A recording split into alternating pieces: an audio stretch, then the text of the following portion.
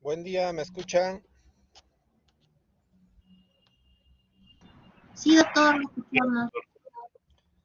Muy bien. La clase de hoy día no va a ser una clase de anatomía como está en los libros, así puramente fría, ¿no? Eh, yo siempre esta clase la trato de hacer aplicada a las patologías más frecuentes que tenemos, ¿no? Que para eso necesitamos saber anatomía, ¿no? No es solamente aprenderse los huesos, aprenderse las estructuras del útero, de la vagina, sino cómo lo aplicamos en el día a día cuando ustedes estén frente al paciente, ¿no? Se trata de eso la clase. Por ejemplo, cuando hablamos de la pelvis ósea, entonces tiene un fundamento. ¿Por qué nosotros necesitamos necesariamente conocer la pelvis, ¿no? Eh, Dentro de la pelvis, fue lógico, vamos a tener la vagina, vamos a tener el, los ovarios, el útero, las trompas, los ligamentos y todas esas estructuras, ¿no? Pero la pelvis en sí nos vale, por ejemplo, para el canal de parto, ¿no? Cuando nosotros hagamos obstetricia y, y nos enfrentemos a un parto, a ver el fundamento, por qué la cabeza del bebé está bajando, cómo está bajando. Entonces, por ejemplo, acá tenemos la cabeza del bebé, ¿no? Tenemos la cabecita del bebé, y a los costados pues tenemos los huesos ilíacos, ¿no? Tenemos los isquion, y acá estamos viendo el fémur, ¿no? Entonces,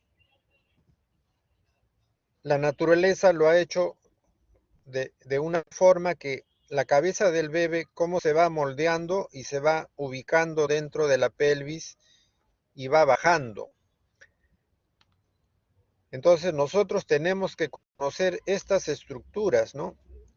Tenemos que conocer que este hueso ilíaco tiene una espina ciática, son como unas puntitas, que la vamos a ver en otro esquema, con unas puntitas aquí que si estas espinas ciáticas están muy grandes, se va a atracar la cabeza y no va a bajar, ¿no? Ya vamos a tener lo que se llama pelvis estrecha, ¿no? Pero eso nos interesa conocer, que este hueso, estos huesos ilíacos tienen una estructura que se llama espinas ciáticas, ¿no? Y hay otra que se paran confundiendo mucho con el diámetro biciático, ¿no? Este biisquiático, acá están los isquion, estos son los dos isquion, acá tienen el otro isquion, pero aquí hay un diámetro, una escotadura biisquiática, ¿no? En cambio, sería biciático, ciático, hueso ciático, ciático, entonces biciático. En cambio, acá es biisquiático, ¿no? No confundirnos eso, que en otro esquema también lo vamos a aclarar, ¿no? Entonces, cuanto más abierto está este biisquiático, hay mejor posibilidad que la cabeza del bebé cuando descienda pueda pasar. Y cuanto más cerrado es este ángulo, la cabeza del bebé cuando está bajando se nos va a atracar aquí. Entonces, miren la importancia de conocer estos diámetros, ¿no? Cuando uno mide este diámetro de aquí a aquí, tiene que medir más de 8 centímetros, que eso ya lo van a ver ustedes en otras clases de obstetricia. Más de 8 para que pueda pasar la cabeza del bebé, porque si este diámetro mide menos, esa cabecita del bebé se va a atracar, ¿no? También se nos puede atracar en las espinas ciáticas, como ya les decía, ¿no? Entonces, ven ustedes que conociendo estas estructuras podemos hacer que un parto sea bueno, ¿no?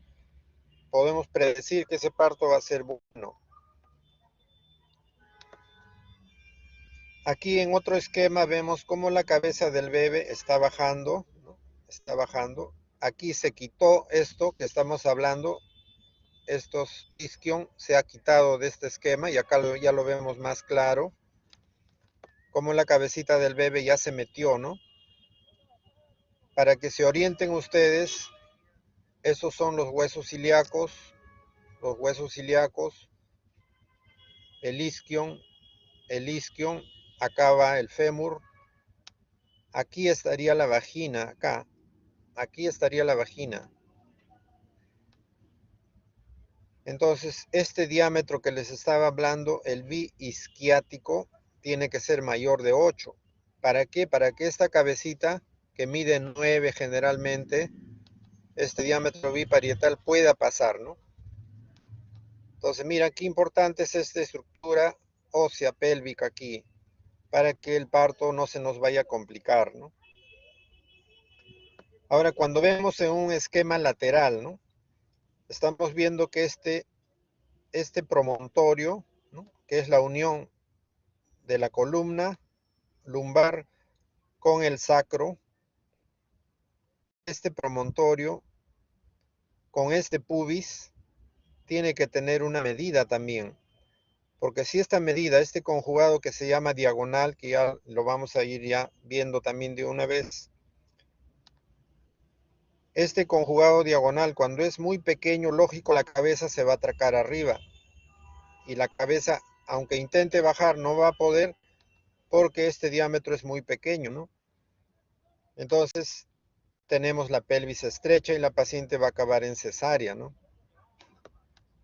Entonces, estas estructuras que nos parecen que es un hueso así muerto y que no nos interesa, sí nos interesa mucho, de esto depende una vida, de esto depende que el parto salga normal, que salga un niñito con buen Apgar, ¿no? Ahora, este promontorio se va bajando con el sacro y el sacro, miren cómo tiene sus pequeñas vértebras y acaba en el coxis. Acá se nota más claro, miren. Imagínense que este coxis sea demasiado pronunciado, demasiado duro. Cuando la cabecita del bebé esté bajando, igual va a ser un punto de obstrucción y el bebé tampoco va a pasar. Entonces, cuando ya uno aprenda obstetricia, y eso se aprende cuando se hacen los tactos vaginales y todo eso, ya cuando están ustedes de internos en su trabajo de parto, ahí van a hacer bastantes tactos vaginales, van a poder palpar este coxis y vamos a ver si el coxis es muy pronunciado o no es pronunciado, ¿no? Porque cuando es muy pronunciado nos va a dar problemas en el parto. Entonces, miren, en unos pequeños minutos hemos visto cómo hay varias estructuras de la pelvis que sí nos van a dar importancia en este curso que estamos llevando de anatomía, ¿no? En este curso que vamos a hacer de obstetricia y ginecología, ¿no? Les decía, las espinas ciáticas, para que nos dejen pasar esta cabecita, este diámetro biisquiático, para que nos deje pasar la cabecita, este conjugado diagonal, que no sea muy estrecho, porque si no la cabeza se nos va a atracar arriba, el coxis que no sea parado. Entonces hay varias estructuras de la pelvis que nos van a ayudar en el trabajo de parto. Entonces, esa es la disposición de una pelvis normal.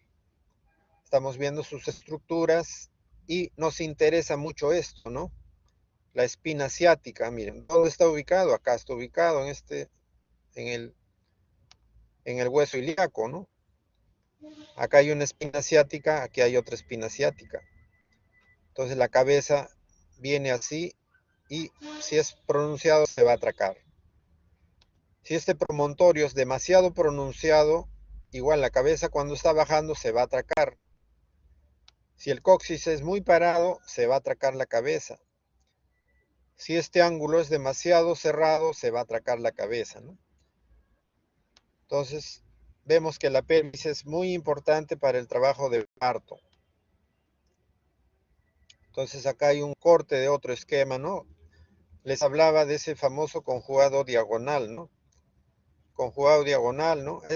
Acá está el pubis y acá está el promontorio. Y esto en obstetricia se tiene que enseñar cómo se examina esto, ¿no? promonto púbico inferior, ¿no? Sería el diámetro, que también se le llama como famoso conjugado diagonal, ¿no? Casi siempre tiene que ser 12 o mayor, ¿no?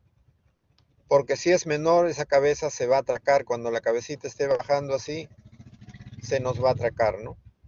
Entonces, estos son los huesos. Miren el coxis como tiene que estar muy blandito y como que se tira para atrás para que nos abra el espacio para que pase la cabeza, ¿no?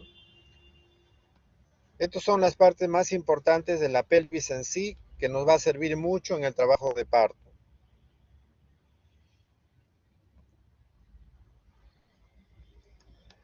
Los órganos internos, tenemos varios órganos importantísimos. Entonces, este esquema es más que todo para ver los tamaños, ¿no? Para ver cómo guarda relación los tamaños, ¿no? Destaca, miren, esta estructura que es el útero. El útero es como una palta, más o menos 8 centímetros mide, ¿no?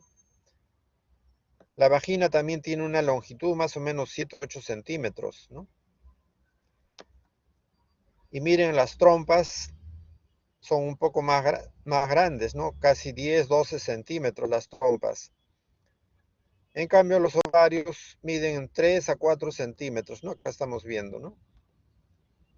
Entonces, esto es más o menos para ver los tamaños, ¿no? Para ver la relación que tienen estos órganos, ¿no?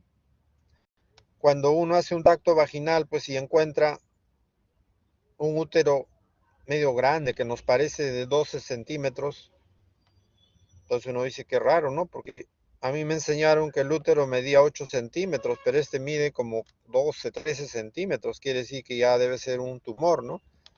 Podía ser un tumor del útero, podía ser un tumor del ovario, un quiste, algo, pero ya no es normal encontrar una masa grande, ¿no? Entonces, estos son los tamaños más o menos de estos órganos internos de la reproducción. Entonces, cuando ustedes se enfrentan a un embarazo ectópico, ¿no? Se llama ectópico pues porque el embarazo no está dentro de la cavidad uterina, ¿no? Está fuera de la cavidad uterina el embarazo ectópico. Y ese fuera puede estar en el cuello del útero, como están viendo acá, cervical. Puede estar ese embarazo anidado acá en el ovario, pero lo que frecuentemente está anidado, el embarazo ectópico, es en la trompa.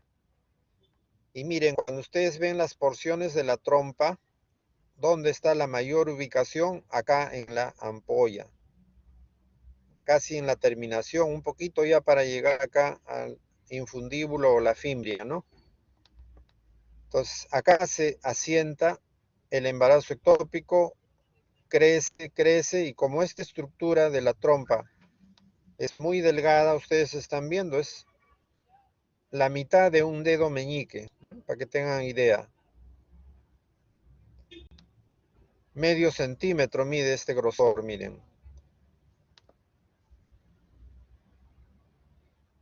Es muy blandita, es sumamente móvil, tiene una movilidad muy buena,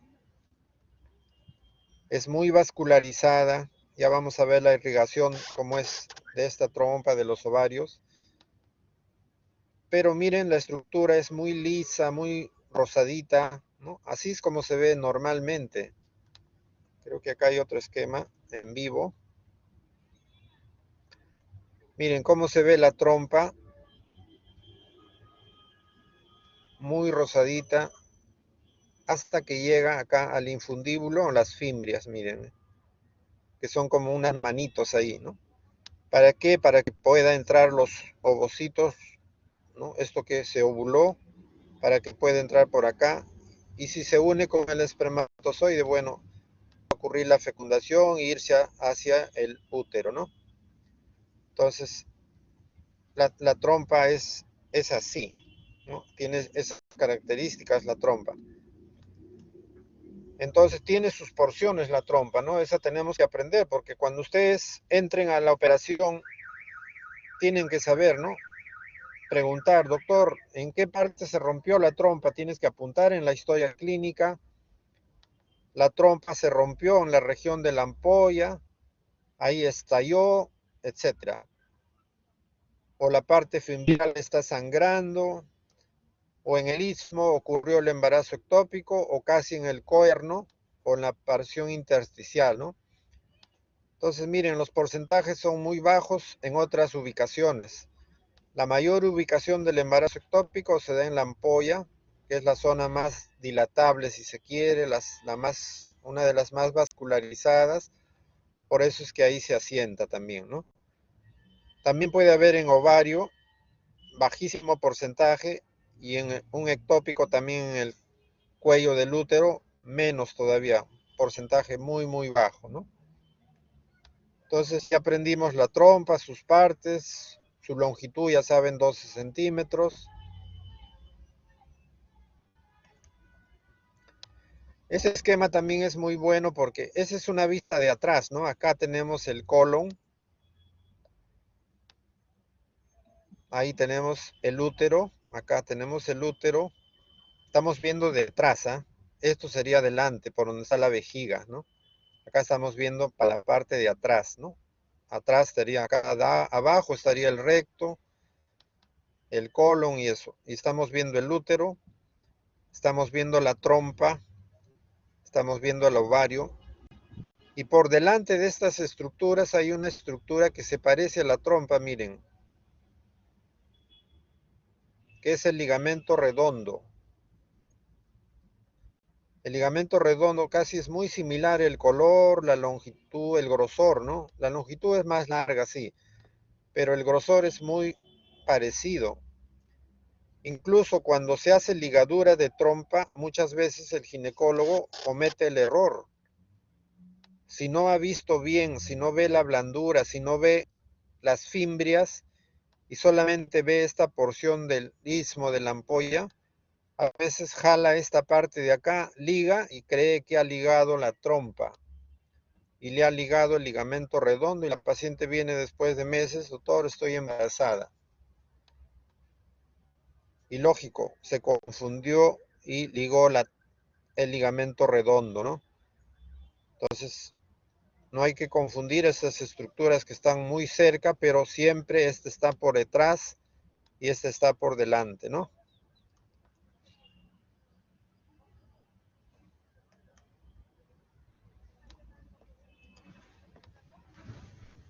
Acá les pongo otro ejemplo, miren, para ver estas estructuras.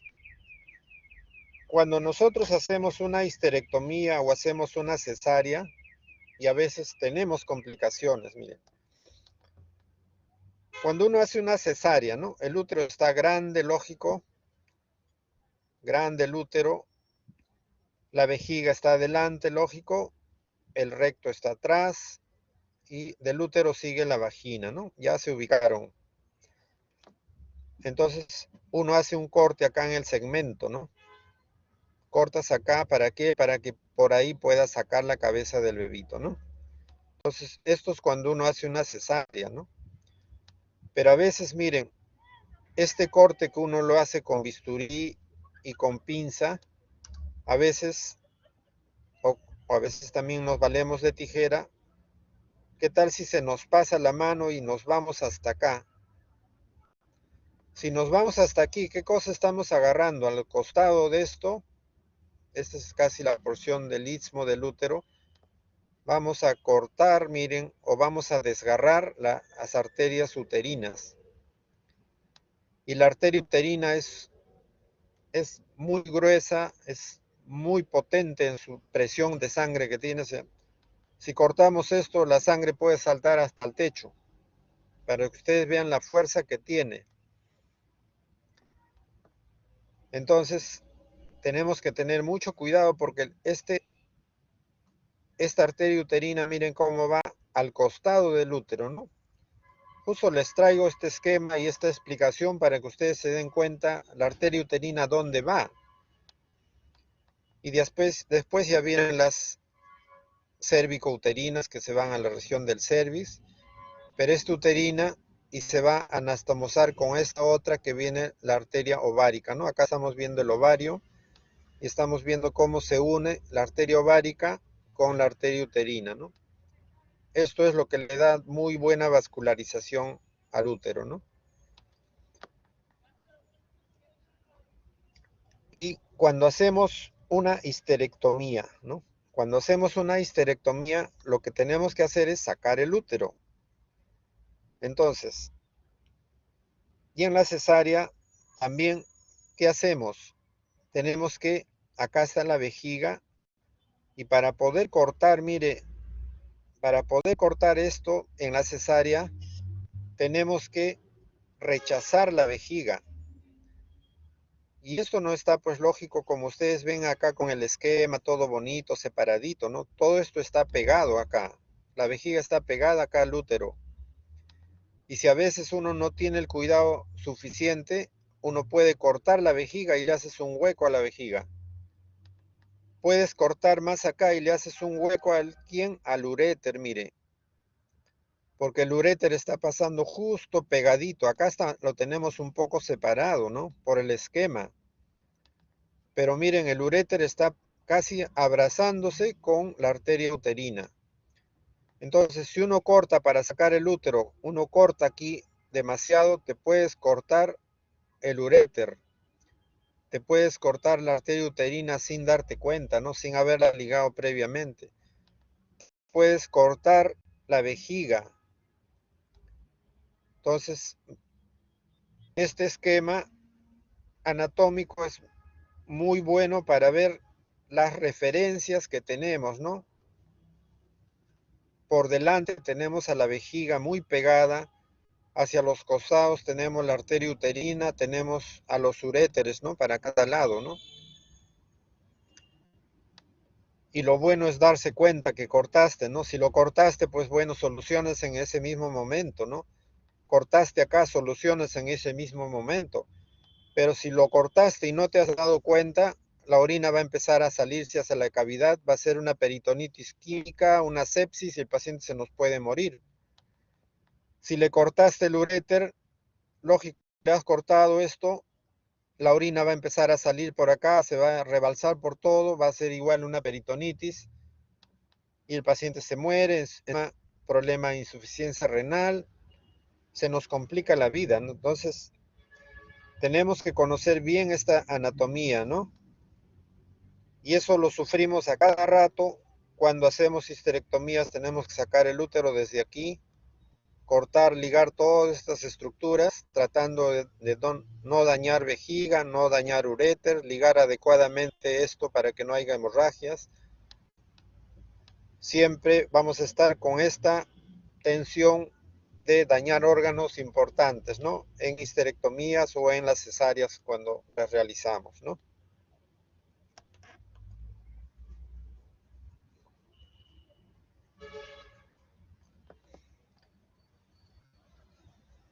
Cuando ya nos centramos en lo que es el ovario, entonces el ovario pues lo conocemos en infinidad de esquemas, ¿no? En fotos que hemos visto, ¿no? Entonces vemos cómo tiene una capa. Esta capa, que ahorita vamos a ver qué importante es esta capa del ovario. Miren que cuando esta capa del ovario, esta cápsula del ovario es demasiado gruesa, acá, se va a producir una rigidez que nos va a impedir que estos folículos que han madurado, que venían así de pequeños, iban creciendo, iban creciendo, iban madurando, y llega a ovular, y esto tiene que salir, romperse la cápsula y salir, no puede lograrse porque esto es sumamente grueso, es duro, no hay esa capacidad del organismo para poder romperse esta cápsula, ¿no? Y todos se quedan como esto, ¿no? Folículos maduros por acá, otro folículo por acá, otro por acá, otro por acá, otro por acá, otro por acá. Entonces tenemos a los famosos ovarios poliquísticos, ¿no? Que tanto se habla de los ovarios poliquísticos, ¿no? Si todo fuera normal, pues esto maduraría, el folículo maduro eclosiona, sale el producto de la ovulación y después ya se va a transformar en lo que es el cuerpo lúteo y al final el cuerpo albicans, ¿no? Entonces, el ovario además tiene otras estructuras, ¿no? Todo este estroma es por donde van, ¿no?, fibras nerviosas, linfáticos, arterias, venas, ¿no? Entonces ya decíamos que estos ovarios miden alrededor de 3 a 4 centímetros, ¿no? Y según va pasando la edad de la mujer, a mayor edad ya esto se va a atrofiar, ¿no? La mujer que tiene 60 años prácticamente esto ya está atrófico, ya no funciona nada de esto.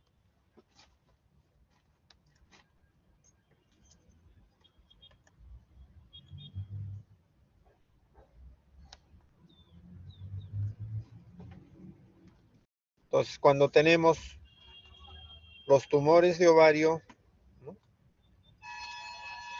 los tumores de ovario, los tumores malignos de ovario, ¿no?, esta capa que hablábamos tanto de la cápsula del ovario son células del epitelio superficial. ¿Y qué cosas dan estas cuando hay una neoplasia que deriva de esta capa? Dan los famosos quistes, ¿no? Esos quistes que escuchamos a cada rato, ¿no? Quiste seroso, quiste mucinoso, ¿no? Quiste de ovario, ¿no? Pero ¿de dónde viene el quiste de ovario? Justamente viene de esto, ¿no? Estos quistes serosos, quistes mucinosos, tumores endometrioides, tumores de Brenner, ¿no?, tumores de células claras que ya son cancerosos, ¿no? Se vienen de dónde? De esta cápsula, ¿no?, del epitelio superficial del ovario. También estas células germinales que estaban madurando para poder ovular también pueden tener neoplasia y originar neoplasias. Y originan las neoplasias cáncer de ovario de células germinales, ¿no? Tenemos los teratomas que han escuchado ustedes, tenemos los disgerminomas, tumor de seno endodérmico, el coriocarcinoma, ¿no? Derivan de estas zonas, ¿no? También el estroma puede producir tumores de ovario, ¿no?, de los cordones sexuales, ¿no?, fibromas, tumores de células de la granulosa, de Leydig, etcétera, ¿no?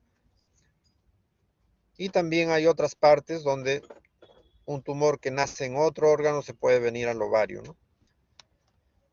El ovario es sumamente vascularizado, muy rico, muy vascularizado, ¿no?, hasta que la mujer entre en menopausia, ¿no?, donde ya se atrofia totalmente todo, ya no tiene función, ¿no?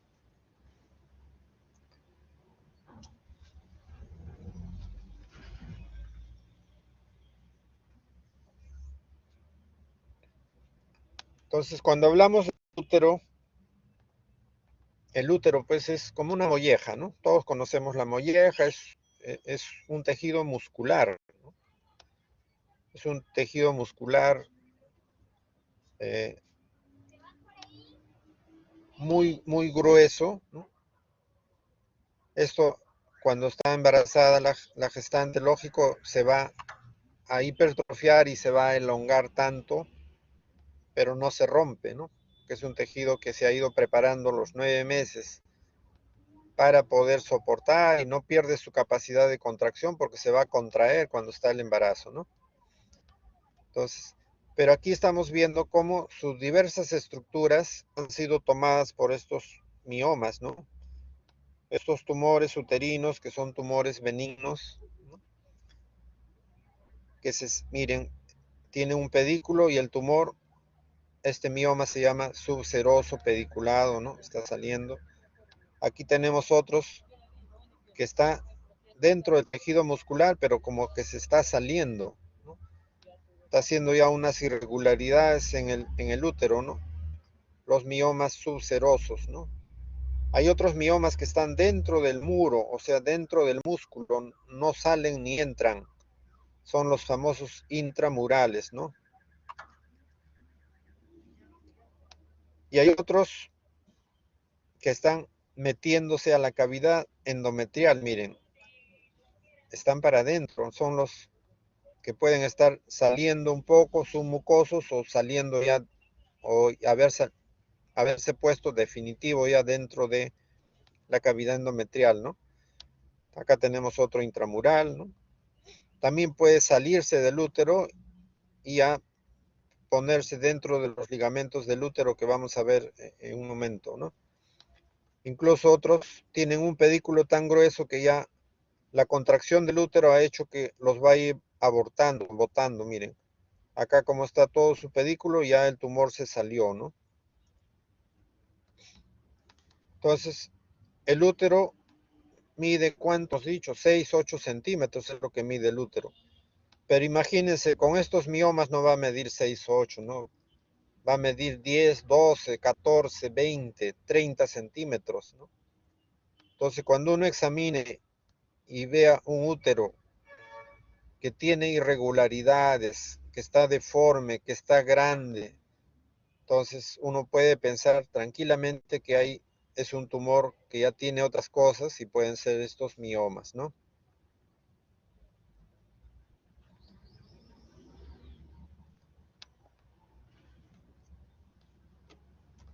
¿Qué más tenemos que conocer del útero, no?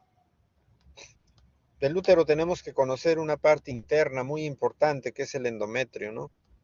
Entonces, vamos a poner acá el ejemplo que esta mujer ya tiene sus 60 años, ¿no? Lógico, 60 años, este endometrio, que es muy glandular, ustedes están viendo, el endometrio es muy glandular, produce bastante moco. Este endometrio del cuello del útero, acá está el cuello del útero, produce más moco todavía. Y aquí este epitelio glandular, miren ustedes, que ya está en la mujer de 60 años, está atrófico, ya no tiene esa función. Y de un día para otro, la paciente dice, doctor, estoy sangrando, ¿no? Pues uno ya no va a pensar que es una regla, nada de eso, ¿no? Entonces, si una paciente de 60 años empieza con sangrados, es porque algo apareció acá dentro de este endometrio, ¿no? Y ese algo, por ejemplo, es esto, ¿no? Puede ser una hiperplasia nada más, o puede ser ya un cáncer de endometrio, ¿no? Que va creciendo progresivamente, creciendo, creciendo, ocupa toda la cavidad abdominal.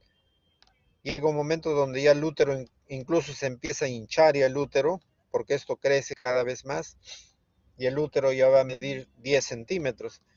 Entonces, si uno ve a una mujer de 60 años que viene con sangrado, que tiene un útero de 10 centímetros, uno no puede decir que eso es normal, pues, ¿no?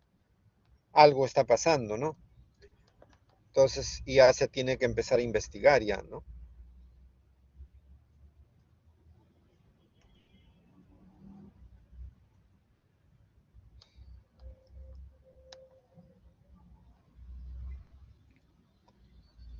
Entonces, cuando nosotros, por ejemplo, tenemos una paciente que abortó y se le va a hacer un procedimiento, un legrado uterino, ¿no? Entonces, para hacer un legrado uterino, ¿no? Para limpiar los restos que pueden haber quedado o un tumor que pueda tener el paciente, pues se hace el examen, se dilata, ¿no? Se dilata este orificio, el canal cervical, que es muy duro. Hay gente que ha querido hacerse un aborto metiéndose acá un molde, un lapicero, ¿no? Y esto no te permite. Es muy duro este orificio cervical externo y el cervical interno, no te deja pasar nada. Entonces, cuidadosamente se hace una dilatación, ¿no? Previo examen y todo eso, previa anestesia, para que pueda ingresar este aparatito que se llama la legra, ¿no? Que es como una cuchara, ustedes ven, ¿no? Entonces, y esto ingresa y cuidadosamente uno tiene que legrar todo este endometrio, ¿no? Sacar este endometrio y mandar a analizar, ¿no? Si acá ha habido un aborto, restos de placenta, se tiene que sacar todo esto. Si acá, como en este caso, parece que hubiera un tumorcito, un pólipo o algo, se le tiene que legrar y sacar y mandar a analizar todo. Entonces, el endometrio es el endometrio es, la cavidad endometrial es una zona muy, muy delicada, que si con este aparato que se llama legra uno le raspara demasiado, se va a sacar toda esta capa y se va a producir el famoso síndrome de Asherman, ¿no? Porque se le va a dejar ya la capa muscular con muscular y se va a pegar. Lo que se trata solamente es sacar la capa superficial de esto, donde están los restos, la decidua, ¿no? Los restos endometriales, o de repente el tumor que no lo podemos saber. Cuidadosamente uno tiene que hacer una limpieza, ¿no? Sacar este tejido y mandar a analizar y no raspar demasiado, porque si no nos barremos toda esta capa endometrial y producimos el famoso Asherman que ya van ustedes ir viendo en sus clases posteriores, teorías de otras enfermedades, ¿no? Entonces, conocemos este endometrio como es, la fineza que tiene estas capas glandulares, ¿no? El útero siempre tiene esta disposición como si fuera una paltita, el tamaño, ¿no? 7, 8 centímetros. No podemos ya equivocarnos al hacer un examen, ¿no? ¿Qué más del útero y el cuello? ¿Qué cosa tenemos que saber, ¿no? Cuando se hace un Papa Nicolau, ¿no? El Papa Nicolau, ustedes saben que se hace de la zona de transición, ¿no? La zona de transición, ¿por qué se llama zona de transición? Porque este tejido que está tapizando la vagina, que es poliestratificado, plano, no queratinizado, pues no tiene queratina porque si no sería ya la piel, ¿no? Pero es poliestratificado, ¿no? Se va a unir con este tejido que viene de aquí, este tejido que está aquí dentro, que es un epitelio monoestratificado, muy rico en glándulas, con este poliestratificado que estamos viendo acá, grueso, con monoestratificado, ¿no? La unión de esto con esto es la zona de transición. Es la zona donde se va a sentar el virus del papiloma y producir cáncer.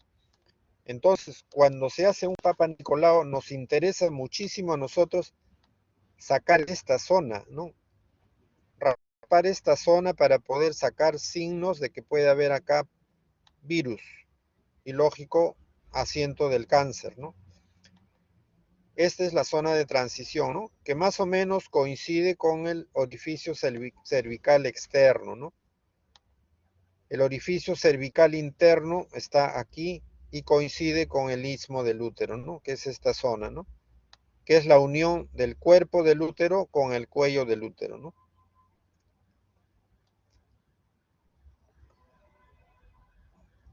Entonces, estamos poniendo bien claro, estamos fijando estos conceptos, dónde está la zona de transición, dónde se está ubicando esto.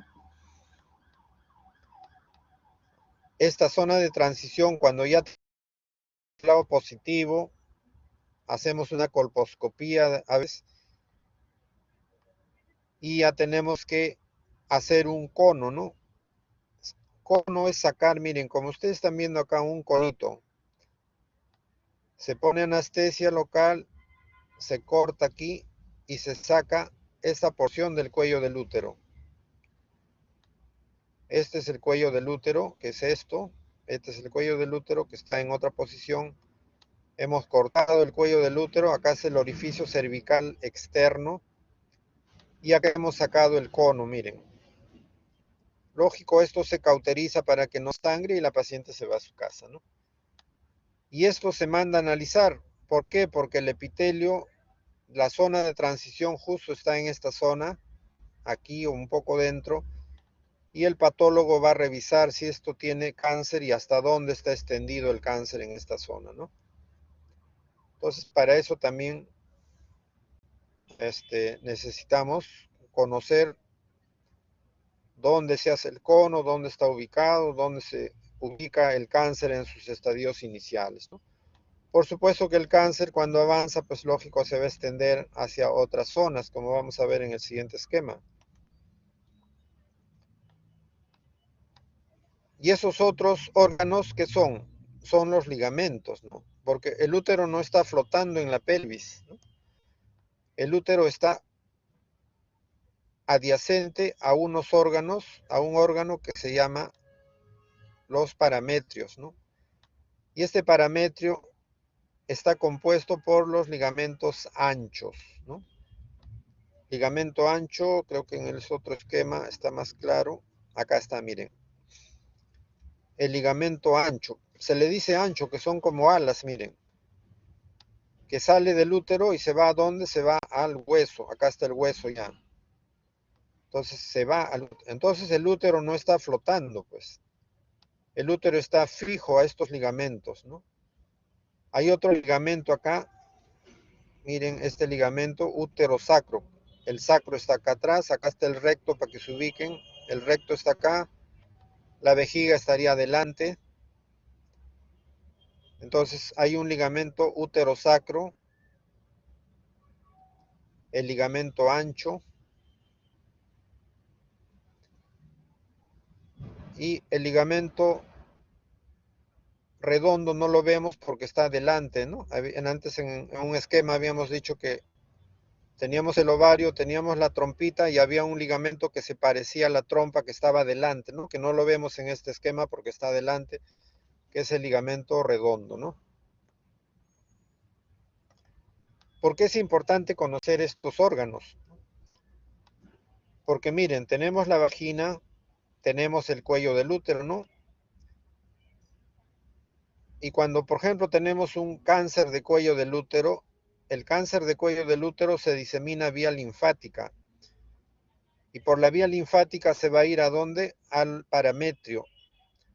O sea, acá están los ligamentos anchos formando el parametrio, que es el órgano que contiene la unión de los ligamento ancho anterior y ligamento ancho posterior. Son dos hojas. Y en medio de esas dos hojas están los linfáticos, están los vasos sanguíneos, están las venas, arterias. Y lógico, si se llena de cáncer, se va a poner grueso esto. Se va a poner grueso el cuello. Y cuando uno examina, va a sentir que al costado del útero hay unas cosas gruesas, duras. Entonces uno dice, no, esto está infiltrado por cáncer. No es que solamente estoy viendo acá la lesión, sino que uno tiene que ver si esto está tomado o no. Entonces es importante reconocer dónde están los parámetros, ¿no? Cuando ustedes hagan la clase de cáncer de ovario, cáncer de cervix, cáncer de endometrio, el médico que les da la clase les va a decir, se disemina hacia el parametrio, ¿no? Acá están los parametrios, ¿no? Que son el espacio formado por el ligamento ancho anterior y posterior, porque son dos hojas, ¿no? Entonces ya conocemos también los elementos que suspenden al útero, ¿no? Pues si no el útero se caería, pues se vendría por la vagina y se iría como un prolapso. Pero los está suspendiendo ese ligamento redondo, lo está suspendiendo ese ligamento ancho. Esta porción baja del ligamento ancho se llama ligamento de McEnroe, por si acaso. Es la porción baja del ligamento. Es el mismo ligamento ancho, pero esta porción más baja se llama ligamento de McEnroe. Y también tenemos el otro ligamento útero-sacro por acá y útero-sacro por acá, ¿no? Entonces ya conocemos casi toda la estructura de la pelvis, su ubicación por delante, por detrás, ¿no?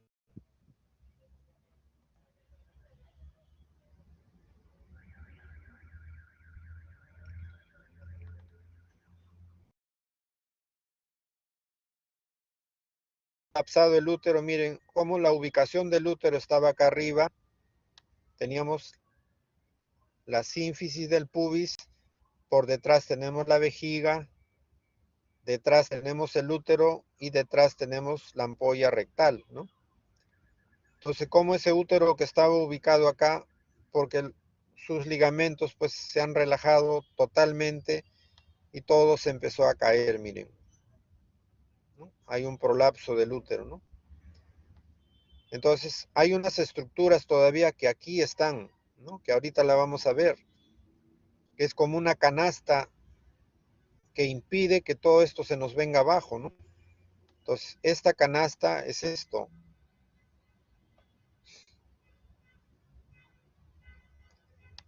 Entonces, tenemos acá la paciente echada espalda, boca abajo. Para que se ubiquen, acá tenemos los glúteos, tenemos el ano, tenemos la vagina, tenemos el monte de Venus, ¿no? Ya se ubicaron.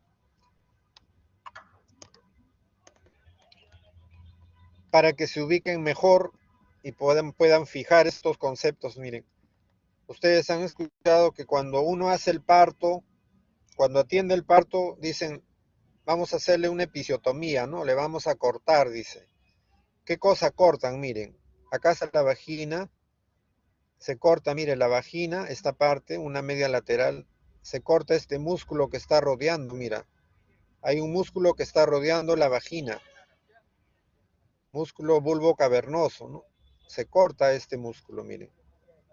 Y a veces se corta también estas estructuras que son músculo perineo transverso,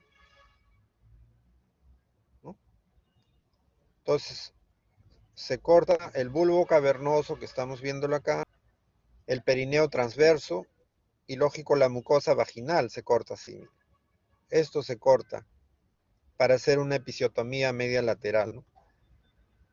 Cuando hacemos una episiotomía mediana que está contraindicado, no debemos hacer. ¿Por qué? Porque miren, esto es el músculo orbicular del ano, miren. Y cuando cortamos esto, este esfínter anal, cuando cortamos vagina y ya estamos en el ano. Y a veces cortamos, incluso hemos visto, meten una tijera acá y se cortan hasta el ano y todo se hace una sola abertura. Y lógico, el paciente se va a infectar y tanta cosa, ¿no? Debemos conocer por eso bien esta anatomía, ¿no?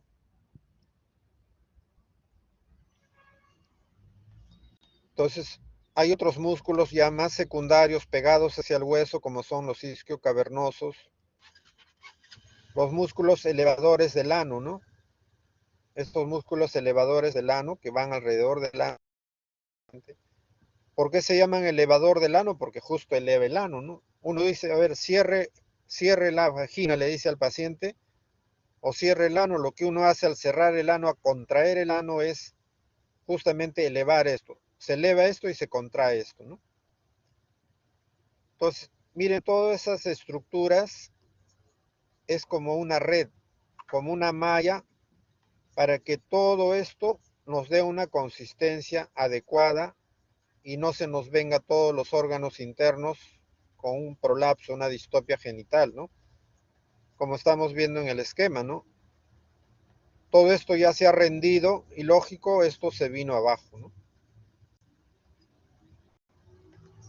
Entonces, estas estructuras son muy importantes que se aprendan porque a cada rato cuando atiendan partos y todo, vamos a ver, cuando hagan clases de prolapso, vamos a ver cómo se reparan estos músculos.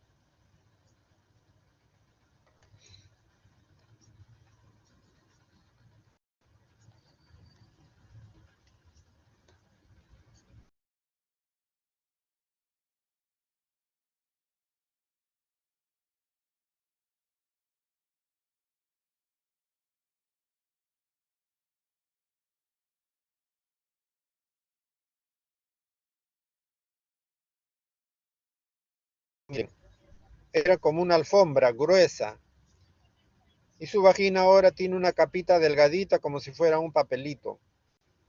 Lógico, como un cartón delgado, está seca, no tiene humedad. No tiene humedad porque ya no tiene glándulas ya. Además es delgada, eh, los microbios rápidamente le pueden hacer daño. Si una mujer menopáusica tiene relaciones sexuales, se va a resquebrajar esto porque no tiene elasticidad, está seco. En cambio, la mujer joven tiene relaciones sexuales y todo esto es un tejido grueso, es muy vascularizado, tiene bastantes glándulas está llena de un moco, entonces todo eso hace que la vagina de la mujer sea muy diferente cuando es una mujer premenopáusica a una vagina de una mujer menopáusica, ¿no? Ahora, si a esta paciente menopáusica nosotros le damos estrógeno, por ejemplo, le damos vía oral o le damos en cremas estrógeno, va a llegar un momento donde todo esto se va a transformar en esto. Entonces tiene sus ventajas dar el estrógeno a una mujer menopáusica, ¿no? Por supuesto que hay contraindicaciones, pero sí le va a beneficiar mucho porque la vagina va a volver a tener esta consistencia, ¿no? Se va a poner otra vez gruesa, con humedad, elástica, ¿no? Entonces, hemos visto ya cómo es la mucosa vaginal, ¿no?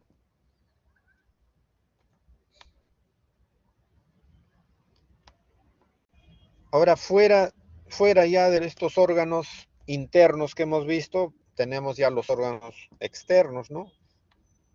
Que ya los conocemos muy bien, que son los labios mayores, acá están, llenos de glándulas, de vellos, de pelos, de grasa, y los labios menores, que son como la puerta para la vagina, ¿no? Y lógico, el clítoris, su capuchón, su meato uretral y sus glándulas de Skene que están en estos costaditos. Son una glándula acá y otra glándula acá, ¿no?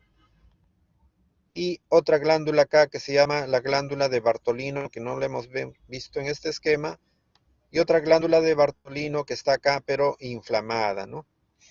Se tapó su orificio, se llenó de moco y a veces se llena de pus y se tiene que a veces operar, dar antibióticos, ¿no? Entonces, cuando ustedes vean pues un esquema y la señora tenga un absceso en esta zona, no van a decir glándula de Bartolino, pues, porque no es la ubicación. O sea, la ubicación está abajo, ¿no? En esta zona está la ubicación de las glándulas de Bartolino, ¿no? Y cuando el paciente tiene un absceso en esta zona, uno dirá, pues un absceso de la glándula de Skene, ¿no? Porque son periuretra, mire, acá está el meato uretral y las glándulas están a los costaditos, ¿no? Entonces, esa es la ubicación normal de estos órganos. Entonces, este es el meato uretral, acá estamos viendo en grande, y el orificio, miren, de la glándula de Skene, ¿no? Pequeñito el orificio, y la glándula que está aquí, ¿no?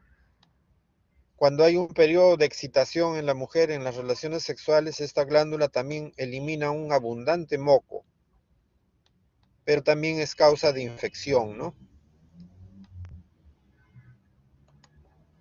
Entonces, en las relaciones sexuales, pues esto produce moco abundante. Las glándulas de Bartolino también producen moco abundante. La vagina en sí tiene bastante glándulas. El canal vaginal igual produce bastante moco en las fases de excitación. Todo hace pues que las relaciones sexuales sean placenteras, ¿no? Que todo esto esté bien lubricado. Pero imagínense en la mujer que ya está con menopausia, donde hay atrofia ya de estas glándulas, atrofia de la zona vaginal, todo esto está sin hormona, está seco, delgado, las relaciones sexuales se hacen muy dolorosas, ¿no? Y hay dispareunia. Y uno puede a veces corregir cuando le das pues hormonas, ¿no? Para poder otra vez hipertrofiar esto y que vuelva un poco a su normalidad, ¿no?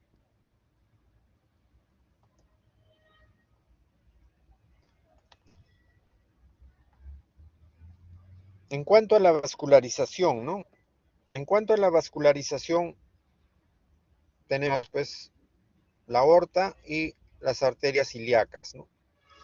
Entonces, de la arteria ilíaca interna nacen la arteria uterina, ¿no?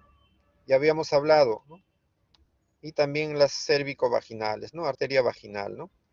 Entonces, habíamos hablado que la arteria uterina vasculariza grandemente al útero, pero también hay una gran porción que es de la arteria del ovario, ¿no? Del ovario viene acá, este es ovario derecho, ovárica izquierda.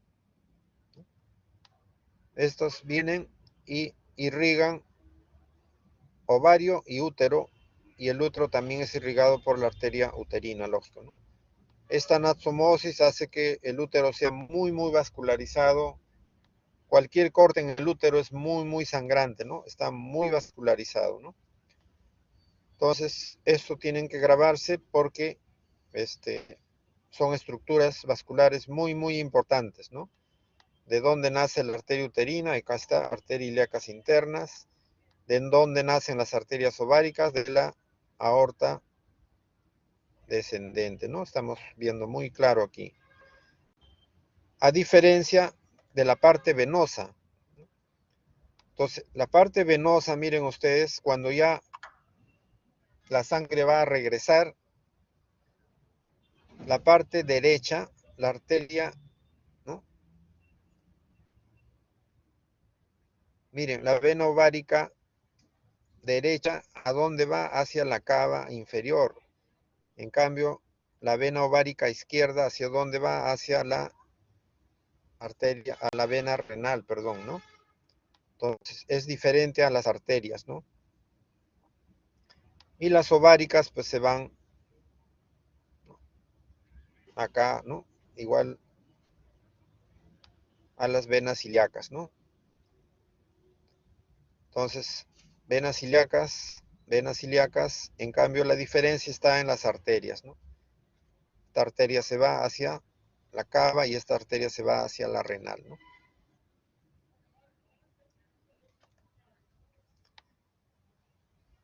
Y los linfáticos, importantísimos los linfáticos, sobre todo en infecciones y sobre todo en cáncer, ¿no? Entonces, todos los órganos pélvicos son muy, muy vascularizados, muy ricos en linfáticos, ¿no? Imagínense cuando el médico, el cirujano oncólogo está operando, cuando está operando tiene que sacar, hacer un estadiaje de los linfáticos y tiene que sacar todos estos linfáticos paraórticos, tiene que sacar los linfáticos de los ilíacos, tiene que sacar los linfáticos de los obturadores, los linfáticos inguinales, los parametriales, o sea, son numerosos linfáticos que uno tiene que sacar, ¿no? Todo está rodeando todo el sistema vascular, ¿no? La vía linfática. Y eso es importante en cáncer porque cuando uno tiene un cáncer de cuello del útero, por decir, o un cáncer de endometrio o un cáncer de ovario, si no tienes ningún ganglio comprometido, pues es muy buen pronóstico. Pero imagínense que esté comprometido ganglios en parametrio con cáncer, ganglios obturadores con cáncer, ganglios ilíacos externos con cáncer, ilíacos internos con cáncer, ganglios de la ilíaca primitiva con cáncer, ganglios paraórticos con cáncer. Pues el pronóstico es sumamente malo, ¿no? Y todo esto el cirujano tiene que pelar esto totalmente, sacar toda la grasa más los ganglios, ¿no? Y en base a eso ya se hace un tratamiento, se da un pronóstico al paciente, ¿no? Entonces, ustedes ven que la anatomía se usa a cada rato cuando estamos nosotros con los pacientes, ya sea haciéndoles diagnósticos, ya sea operándolos, o estamos usando nuestros conocimientos de anatomía, ¿no?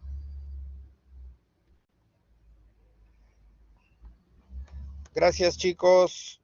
Les he querido dar la clase así para que no sea un poco aburrida, solamente pues la anatomía que todos conocemos, que se ve en el libro así en frío, ¿no? Sino un poco dirigida a las enfermedades, ¿no? Cualquier cosa ya igual vamos a estar aclarando en los grupos que van rotando conmigo o van rotando en las otras sedes con sus diversos profesores. Gracias, chicos. Nos vemos. Gracias, doctor.